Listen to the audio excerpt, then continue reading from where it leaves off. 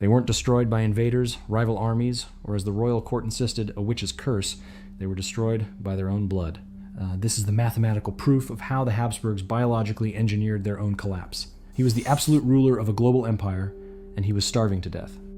The year was 1700.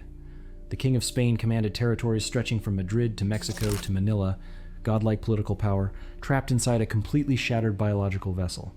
His tongue was so grotesquely oversized it filled his mouth, choking him. He couldn't chew his food. His meals had to be pulverized into paste and pushed past his mangled teeth. He suffered from constant intestinal failure, and his body was riddled with seizures. But to understand why his body was failing, scientists would centuries later need to calculate a single number, a number so extreme it shouldn't have been biologically possible. This was Charles II, the final ruler of the Spanish Habsburg line. When he died without an heir, the dynasty simply ceased to exist. For 300 years, the cause of this spectacular collapse was blamed on the supernatural. The official narrative was swift and absolute. Royal court physicians, sympathetic historians, and the church establishment pushed the story that Charles and the fading Spanish Empire were the victims of witchcraft. A tragic, mysterious curse. A punishing act of God, the establishment needed this narrative to survive. They needed to legitimize their questionable claim to absolute power and protect the myth of royal infallibility. History is a fragile construct, largely written by those who survived to hold the pen, admitting the truth that their own deliberate, arrogant breeding policies had biologically poisoned their bloodline would mean admitting their divine right was a self-destructive illusion. For nearly 600 years, the Habsburgs had sat atop the thrones of Europe. To keep this staggering wealth and power concentrated, they instituted a simple, ruthless rule. Keep the crown in the family. Marry Habsburg to Habsburg, uncle to niece, cousin to cousin. The visible result was the infamous Habsburg jaw mandibular prognathism, a projecting, oversized lower jaw that became more pronounced with every generation.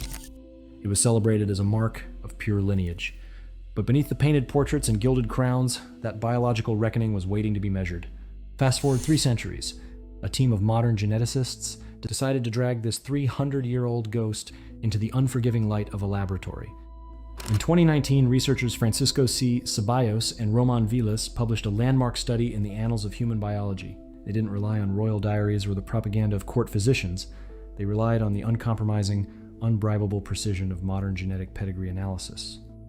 They began mapping the Habsburg family tree across 16 generations, over 3,000 individuals.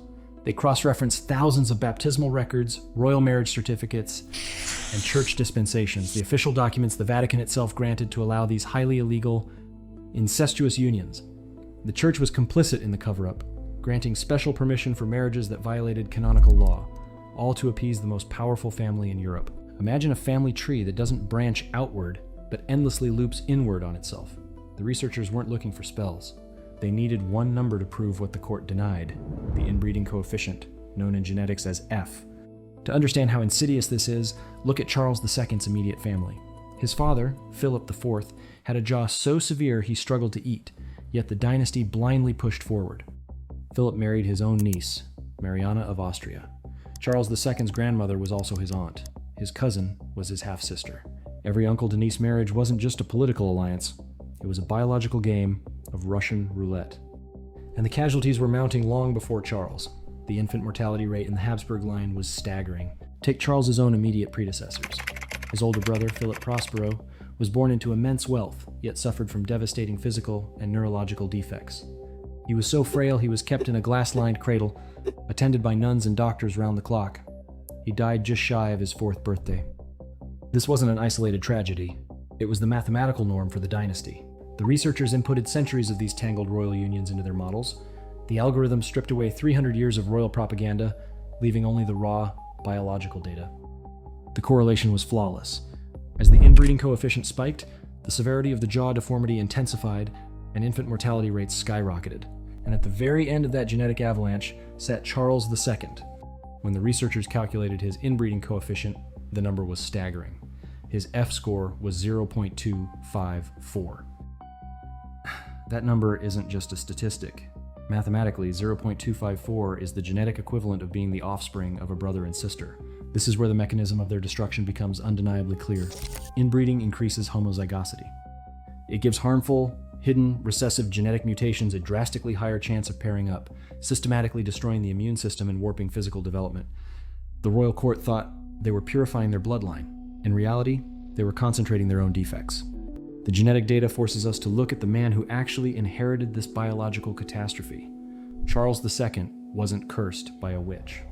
He was the mathematical endpoint of a dynasty so obsessed with consolidating power that they ignored the laws of nature. His biological reality is now a matter of hard forensic record. The grotesque oversized tongue and his absolute infertility weren't the work of a hex. They were recessive mutations expressing themselves in a genome with zero genetic diversity. His DNA was fundamentally broken. The most powerful dynasty in modern history was biologically crumbling, reduced to a pathetic, sickly monarch surrounded by courtiers frantically trying to maintain the illusion of divine right. But biology doesn't care about divine right. When Charles's heart finally gave out in November 1700, his biological failure to produce an heir didn't just end a family tree. It detonated a geopolitical crisis. His physical collapse directly triggered the 14-year War of the Spanish Succession. From 1701 to 1714, Europe burned. France, Austria, and England descended on Spain like vultures. Hundreds of thousands died in a global conflict fought from the Netherlands to the Atlantic, all because one man's DNA was too degraded to father a child. The empire didn't fall to foreign conquerors. It collapsed from within, poisoned by its own arrogant attempt to hoard power. So who had the real motive? The evidence forces us to look at the institution itself. The Habsburgs weren't victims of a curse, they were the architects of their own destruction. The debate is over.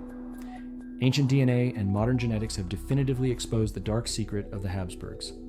Their terrifying, self-inflicted biological truth finally rewrites the collapse of their empire. But as we close this case, a deeper, more unsettling question remains. When a powerful institution becomes so obsessed with protecting its own inner circle that it isolates itself from the rest of the world, does it always collapse from the inside? If you're one of the few who now knows the truth about the Habsburgs, you know that history's darkest secrets are rarely solved by the establishment, they're solved by science. Subscribe to join the investigation, we're just getting started, cracking the next cover-up.